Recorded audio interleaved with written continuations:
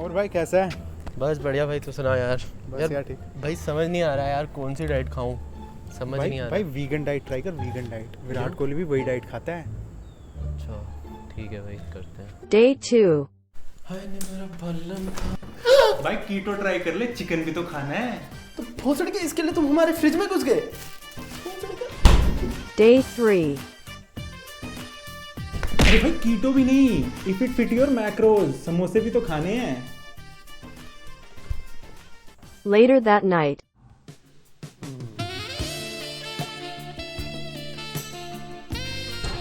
Keto, vegan, if it fit your macros. Keto, vegan.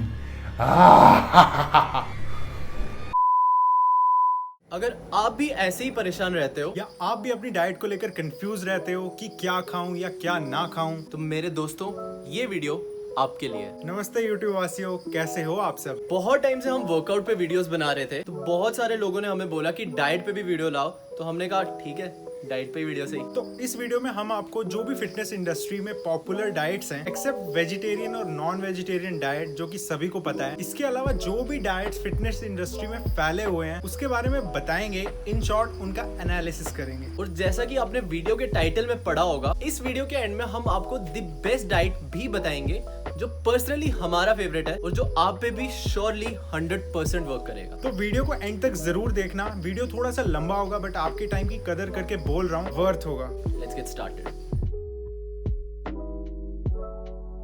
अब ये वाला जो डाइट है ये आजकल बहुत ज्यादा ट्रेंड में है और बहुत से कोठी बंगले वाले लोग इस डाइट को अडॉप्ट कर रहे हैं। इस डाइट में बेसिकली आप जितने भी एनिमल बेस्ड फूड प्रोडक्ट्स होते हैं like meat, dairy, fish, egg, chicken, इन सबको अपनी डाइट से बाहर निकालते हो और plant based food items include करते हो। अब देखो, मैं कुछ वीगन लोगों से मिला हूँ जिनसे मुझे समझ आया कि उन्होंने वीगनिज्म इसलिए अडॉप्ट किया क्योंकि वो ऐसा सोचते हैं कि जितने भी एनिमल्स हैं वो हमारी तरह लिविंग बीइंग्स हैं। बस क्योंकि वो बोल नहीं सकते हैं इसका मतलब ये नहीं है कि हम उनको मार काट कर उनको खा जाए या फिर उनके रॉ मटेरियल से अपनी भूख पूरी करें। ठीक है, आई एग्री, हर किसी का वे ऑफ थिंकिंग अलग होता है, हर किसी के पर्सपेक्टिव्स अलग होते हैं and I totally respect it. But जो लोग ट्रेंड के चक्कर में वीगनिज्म फॉलो कर रहे हैं उनसे बड़ा बेवकूफ कोई नहीं है। बहुत सारे लोगों को तो पता ही नहीं होता है कि वो वीगनिज्म क्यों अडॉप्ट कर रहे हैं। ऐसे ही कूल लगता है जी, कोठी बंगले वाले दिखेंगे। अब हम आपको वीगन डाइट के कुछ ड्रॉबैक्स बताते हैं। नंबर 1, जितने भी हाई क्वालिटी प्रोटीन सोर्सेज होते हैं वो एनिमल बेस्ड फूड से ही मिलते हैं। सेकेंडली, इंडिया जैसी कंट्री में जहाँ लोग दूध, अंडे, चिकन, पनीर ऐसे फूड आइटम्स पर ज्यादा रिलाई करते हैं, वहाँ अगर आप एक बैलेंस्ड वीगन डाइट फॉलो करना चाहते हो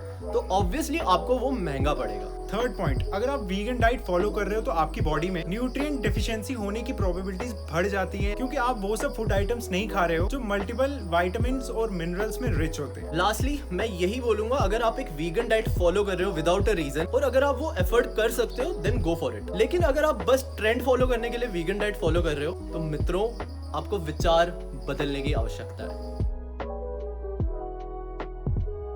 अब ये वाली जो डाइट है, आई एम श्योर आप में से बहुत लोगों ने इस बारे में सुना होगा और मैं दावे के साथ बोल सकता हूँ आप में से बहुत लोगों ने ये डाइट अप्लाई भी की होगी क्योंकि थोड़े टाइम पहले ये डाइट बहुत ज्यादा हाइप में थी और लोग ये मान के चल रहे थे कि फैट लॉस अगर होगा तो वो इसी डाइट से होगा, वरना होगा ही नहीं। पहले तो हम आपको ये बताते हैं कि कीटोजेनिक डाइट होती क्या है। इसमें बेसिकली आप अपना कार्बोहाइड्रेट इंटेक बहुत कम कर देते हो और आपका main source of fuel fats और प्रोटीन होते हैं। अगर रेशो की बात करें तो आपकी 75% कैलोरीज फैट से आती हैं, 20% कैलोरी प्रोटीन से आती है और बची 5% कार्ब से आती है। आसान शब्दों में आप कार्ब्स लगभग बंद ही कर देते हो और जो आप खाते हो वो मेनली फैट्स और प्रोटीन होता है। अब बात ये आती है कि इस डाइट की इतनी ज्यादा हाइप क्यों बनी थी। हाइप इसलिए बनी थी क्योंकि हमारे में पेशेंस नहीं है, क्योंकि हम कार्बोहाइड्रेट्स कंज्यूम नहीं कर रहे होते हैं। तो कीटो डाइट बेसिकली हमारी बॉडी में मसल ग्लाइकोजन लेवल्स और वाटर लेवल्स एकदम से कम कर देता है, जिस वजह से फैट लॉस जर्नी के इनिशियल डेज में हम जब वेट चेक करते हैं तो हमें लगता है यही तो है फैट लॉस का राज।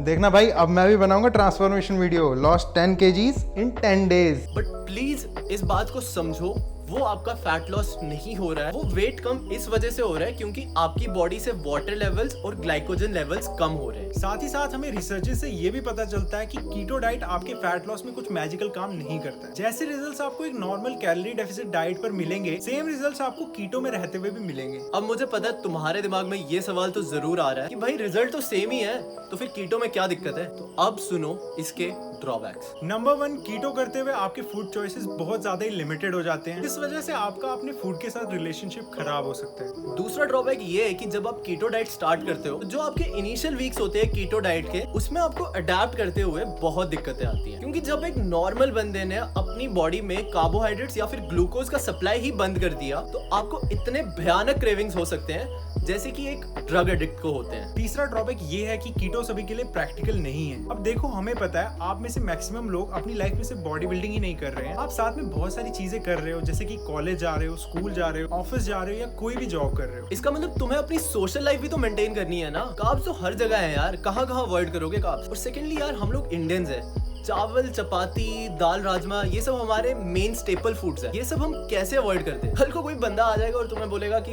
ये सब खाना बंद कर दो और कीटो करो। कर सकते हो तुम? जिंदगी भी तो जीनी है ना। क्यों हम चीजों को इतना कॉम्प्लिकेट करें जब हमारे पास बेटर ऑप्शंस अवेलेबल है, मोर रियलिस्टिक ऑप्शंस अवेलेबल है। And literally guys, believe me, मैं ऐसे कीटो वाले लोगों से भी मिला हूं जो दूसरों को तो कीटो का ज्ञान देते हैं, लेकिन खुद आइसक्रीम, पेस्ट्रीज, चॉकलेट सब खा रहे होते हैं। लास्टली, कीटो के सिर्फ ड्रॉबैक्स ही नहीं है, कुछ एक्सट्रीम केसेस में इसके बेनिफिट्स भी हैं। फॉर एग्जांपल, अगर आपको डायबिटीज है, हाइपरटेंशन है या फिर कैंसर है, तो उन केसेस में कीटो आप पर वर्क भी कर सकता है। फ्यूचर में हम कीटो पर एक डिटेल वीडियो भी लाएंगे जिसमें हम पूरा प्रोसेस एक्सप्लेन करेंगे कीटो का, कि वो होता कैसे है, वर्किंग क्या होती है। तो नोटिफिकेशन बेल भी ऑन कर दो ताकि तुम ऐसे अपडेट्स मिस ना करो। लास्टली मैं आपको यही कहना चाहूंगा, अगर आपका गोल सिर्फ फैट लॉस करना है या फिर मसल बिल्ड करना है, तो फिर हम आपको कीटो सजेस्ट नहीं करेंगे। हम अपने क्लाइंट्स पर भी कीटो अप्लाई नहीं करते हैं, लेकिन फिर भी अगर आप कीटो करना चाहते हो और उसके साथ स्टिक रह सकते हो, then it's totally up to you.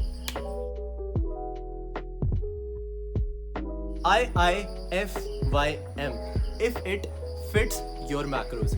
अब ये वाला जो डाइट है ये आजकल बूम कर रहा है क्योंकि बहुत से सो कॉल्ड फिटनेस इन्फ्लुएंसर्स इसको प्रमोट कर रहे हैं। इस वाली डाइट में आप अपना मेन फोकस सिर्फ अपनी कैलोरीज और अपने मैक्रोन्यूट्रिएंट्स को पूरा करने पर रखते हो, इग्नोरिंग द फैक्ट कि वो कैलोरीज कहीं से भी आ रही हो। फॉर एग्जांपल, अगर मेरा डेली कैलोरी इंटेक 2000 कैलोरीज है, तो मैं सिर्फ अपने कैलोरीज पूरा करने पर और साथ में अपने मैक्रोन्यूट्रिएंट्स जैसे कि प्रोटीन, कार्बोहाइड्रेट्स और फैट्स को पूरा करने पर फोकस करूंगा, भले ही वो कैलोरीज आइसक्रीम, बर्गर, पिज्जा जैसे फूड से क्यों ना आ रही हो। अब देखो, ये वाला जो तरीका है डाइट को देखने का, ये आपको काफी फ्रीडम ऑफ चॉइस दे देता है, जिस वजह से आप कुछ ऐसी हरकतें करने लग जाते हो।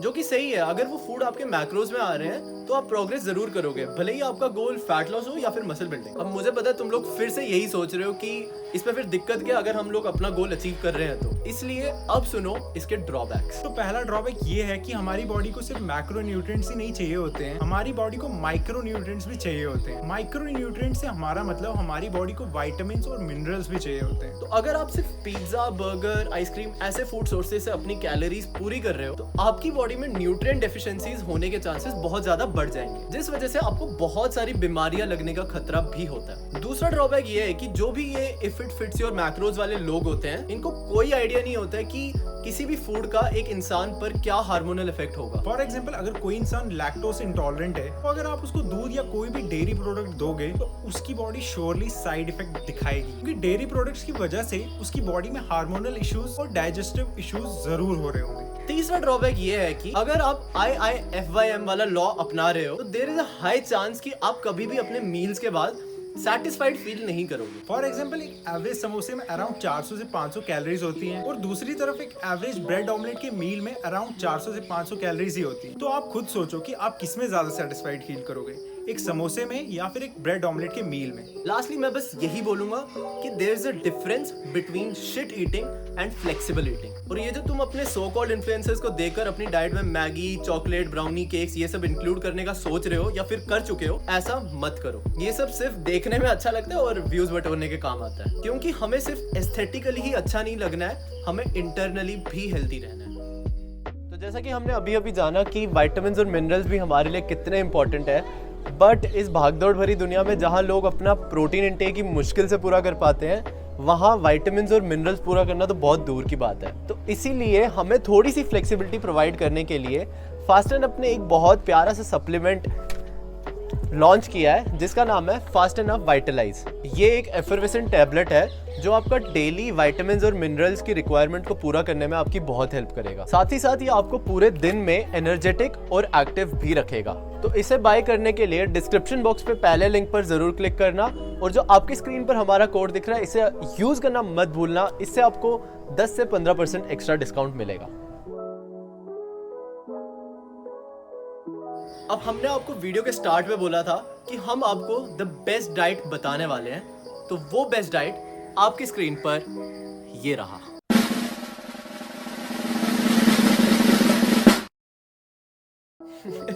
मुझे पता है तुम लोगों के मन में गालियां आ रही है, तुम लोग मुझे मारना चाहते हो, बट प्लीज ये point soon low. I am sure इस पॉइंट के बाद तुम लोग अपने लिए द बेस्ट डाइट प्लान खुद डिजाइन करोगे। पहले तो हम ये चीज क्लियर करना चाहेंगे कि जो भी हमने आपको पहले डाइट्स बताए उनसे हमारी कोई पर्सनल दुश्मनी नहीं है। हमने बस उन डाइट्स का एनालिसिस किया और उसके कुछ ड्रॉबैक्स आपको बताए। और क्योंकि उन डाइट्स में कोई ना कोई ड्रॉबैक था तो ऑब्वियस ही बात है कि वो डाइट सबके लिए एप्लीकेबल नहीं होगा। तो अब हम आपको बताते हैं कि एक परफेक्ट डाइट में क्या क्या होना चाहिए। फर्स्ट, एक परफेक्ट डाइट वही है जिसके साथ आप लॉन्ग टर्म में स्टिक रह पाओ। बहुत डीप पॉइंट है ये, इसलिए ध्यान से समझना। हम चीजों को बहुत शॉर्ट टर्म के लिए देखते हैं, जैसे कि 2 महीने में फैट लॉस हो जाएगा, उसके बाद मैं वापस अपनी पुरानी रूटीन पे आ जाऊंगा। लेकिन नहीं, things don't work that way. आपको रिजल्ट्स तभी मिलेंगे जब आप उन चीजों को रेगुलरली अपनी डेली रूटीन में ऐड करोगे। सेकंड, एक परफेक्ट डाइट में वो फूड्स होने चाहिए जो आप इंजॉय करो, क्योंकि अगर आप वो फूड आइटम्स खाओगे जिन्हें आप इंजॉय नहीं करते हो तो इवेंचुअली आप इस डाइट के साथ स्टिक नहीं कर पाओगे। थर्ड, एक परफेक्ट डाइट में उन फूड आइटम्स का होना जरूरी है